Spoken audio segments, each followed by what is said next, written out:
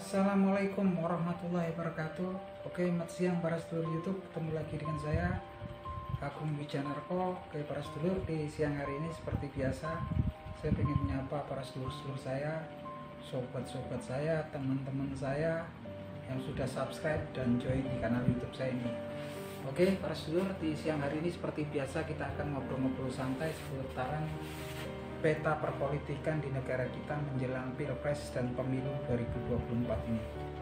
Jadi teman-teman, saat ini terlepas dari pro dan kontra ataupun sesuatu yang kontroversial gitu kan, yang jelas saat ini kita sudah memiliki 3 pasang capres dan cawapres yang akan maju di kontestasi Pilpres 2024 nanti. Apapun itu teman-teman, yang jelas ini sudah terbantahkan adanya prediksi bahwasannya yang akan berkompetisi adalah 2 poros ya nanti di Pilpres 2024 nanti. Nah, ini tampaknya sekarang teori-teori tersebut, prediksi-prediksi tersebut sudah terbantahkan dengan terakhir secara resmi ada pendaftaran, yaitu pasangan Capres Prabowo Subianto dengan Cawapres Gibran Rakabuming Raka.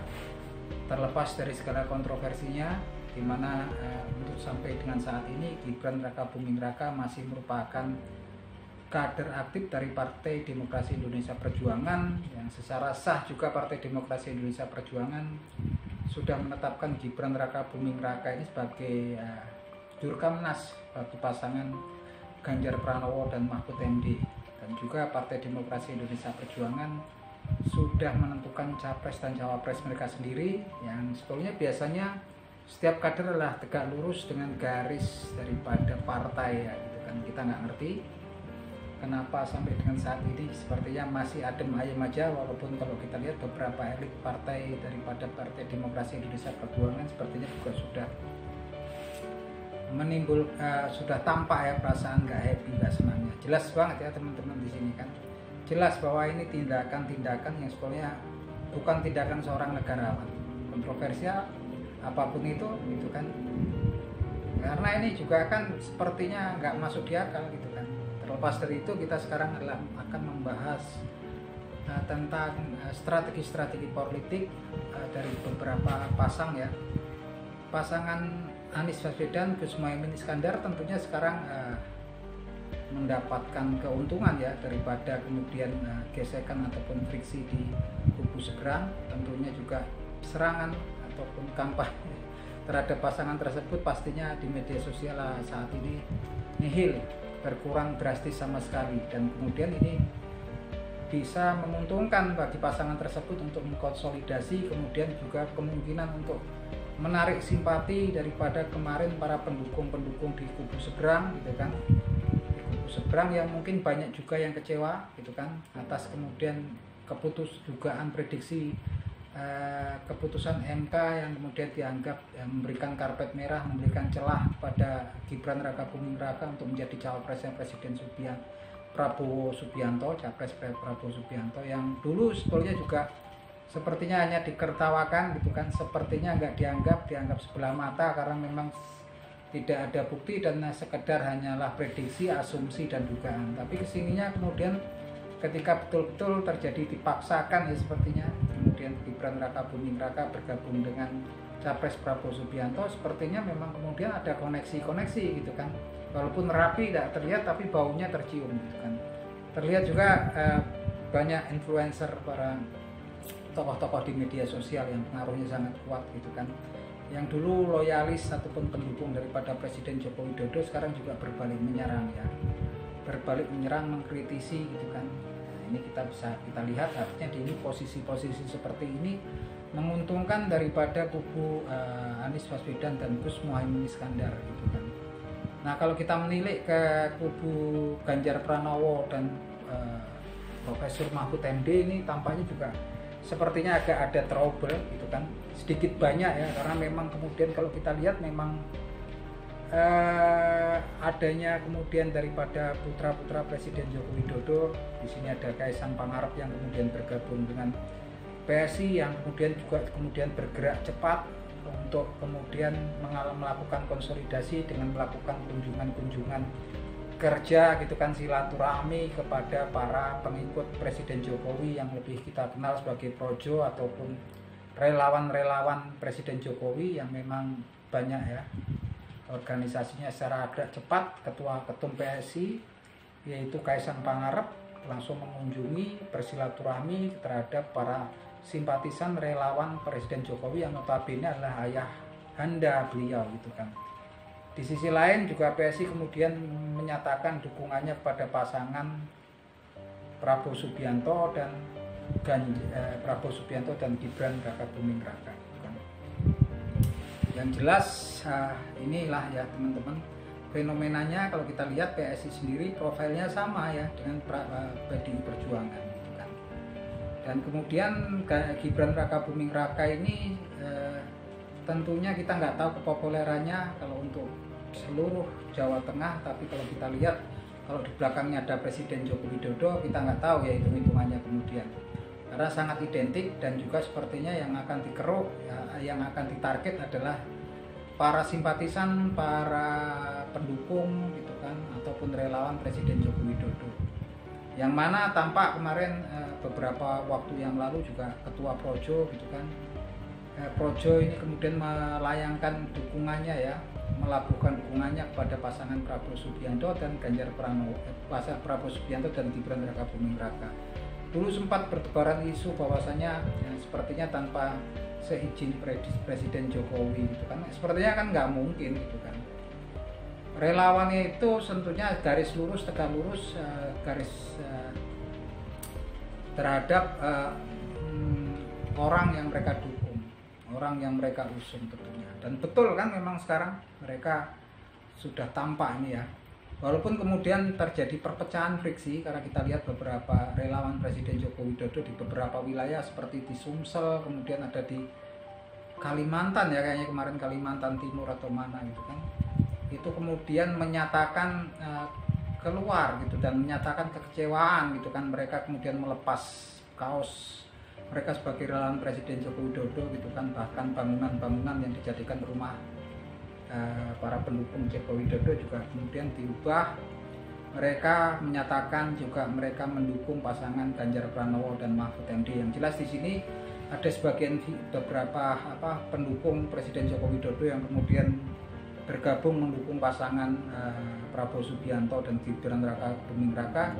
Sebagian kemudian mendukung pasangan Ganjar Pranowo dan Mahfud MD, Bapak Mahfud MD. Yang jelas kan sebetulnya antara pendukung Presiden Joko Widodo ataupun projo ataupun relawan-relawan Presiden Joko Widodo itu sebetulnya kalau kita lihat susah kita membedakan antara mereka dengan pemilih ataupun loyalis daripada Partai Demokrasi Indonesia Perjuangan. Ini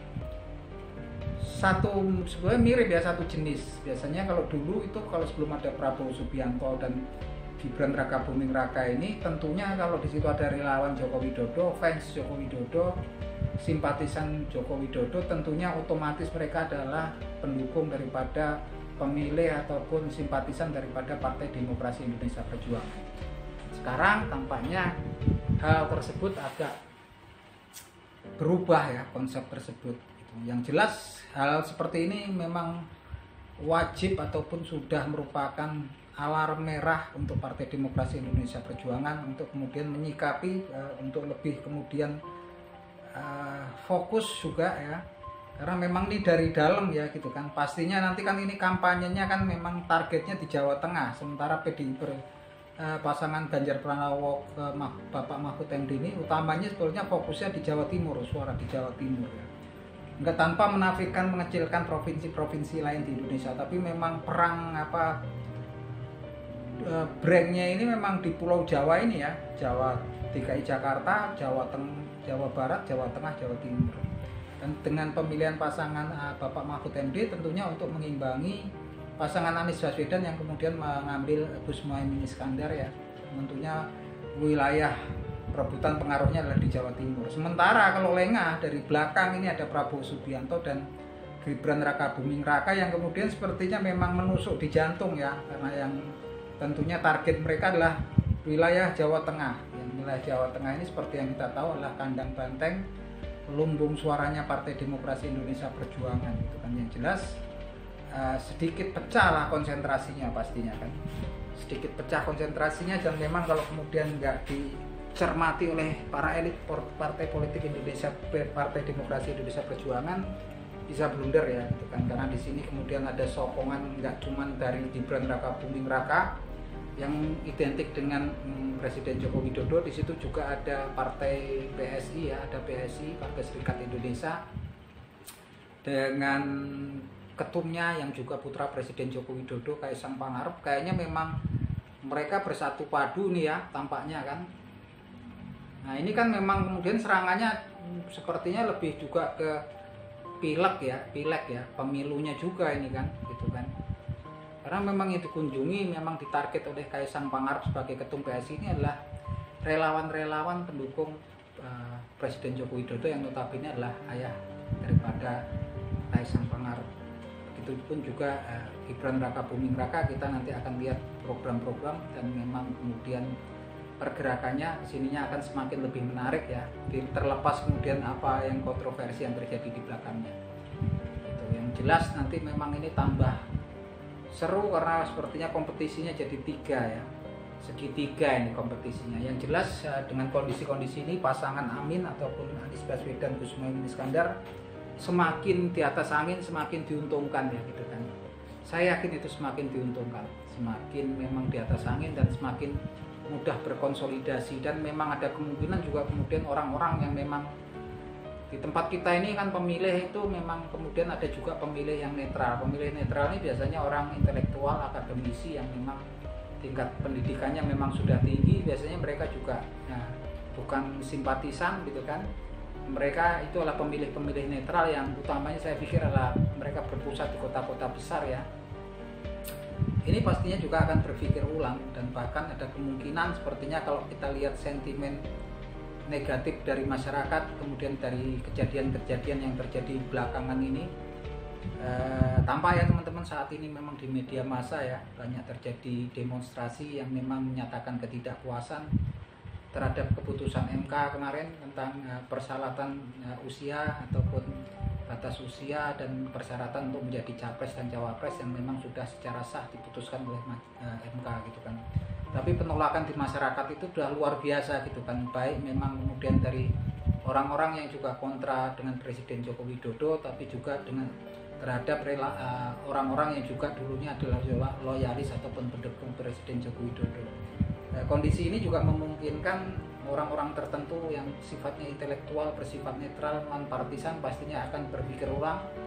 Dan pastinya kalau kemudian orang kemudian sudah mulai muak lihat kejadian-kejadian yang memang di luar nalar sehat kita ini kan gitu kan. Karena memang mereka kayaknya nggak berhitung kalau bahwasanya pergerakan-pergerakan perilaku politik dari tokoh-tokoh sekarang itu sebenarnya kalau kita lihat juga, kalau kita lihat sebagai negarawan itu kayaknya gimana ya, negarawan ini kan yang memang betul-betul kredibel gitu kan, ada etika, ada politiknya juga, mereka pasti menjunjung tinggi. Nah ini pastinya juga para pemilih netral kemungkinan besar akan melabuhkan pilihannya juga ke pasangan Amin ya, Anies Baswedan atau dan Gus Muhaymin Iskandar, kemungkinan besar gitu kan. Karena memang kalau lihat akrobat politik sekarang ini memang kemudian udah nggak masuk akal gitu kan, betul-betul nggak masuk nalar akal saya sendiri gitu kan. Saya seorang awam juga merasa nggak masuk akal gitu kan, dimana ada seorang kader suatu partai yang memang karir politiknya memang merupakan privilege ataupun karpet merah daripada dibentuk oleh suatu partai, diberi banyak kemudahan gitu kan, dimana kemudian partai tempat orang tersebut bernaung membutuhkan tenaga dan pikirannya untuk memang sangat ketika memang dibutuhkan oleh Ibu Pertiwi lah gitu, ketika tenaga dan pikirannya gitu, justru kemudian malah menyeberang ke kubu kompetitor ini.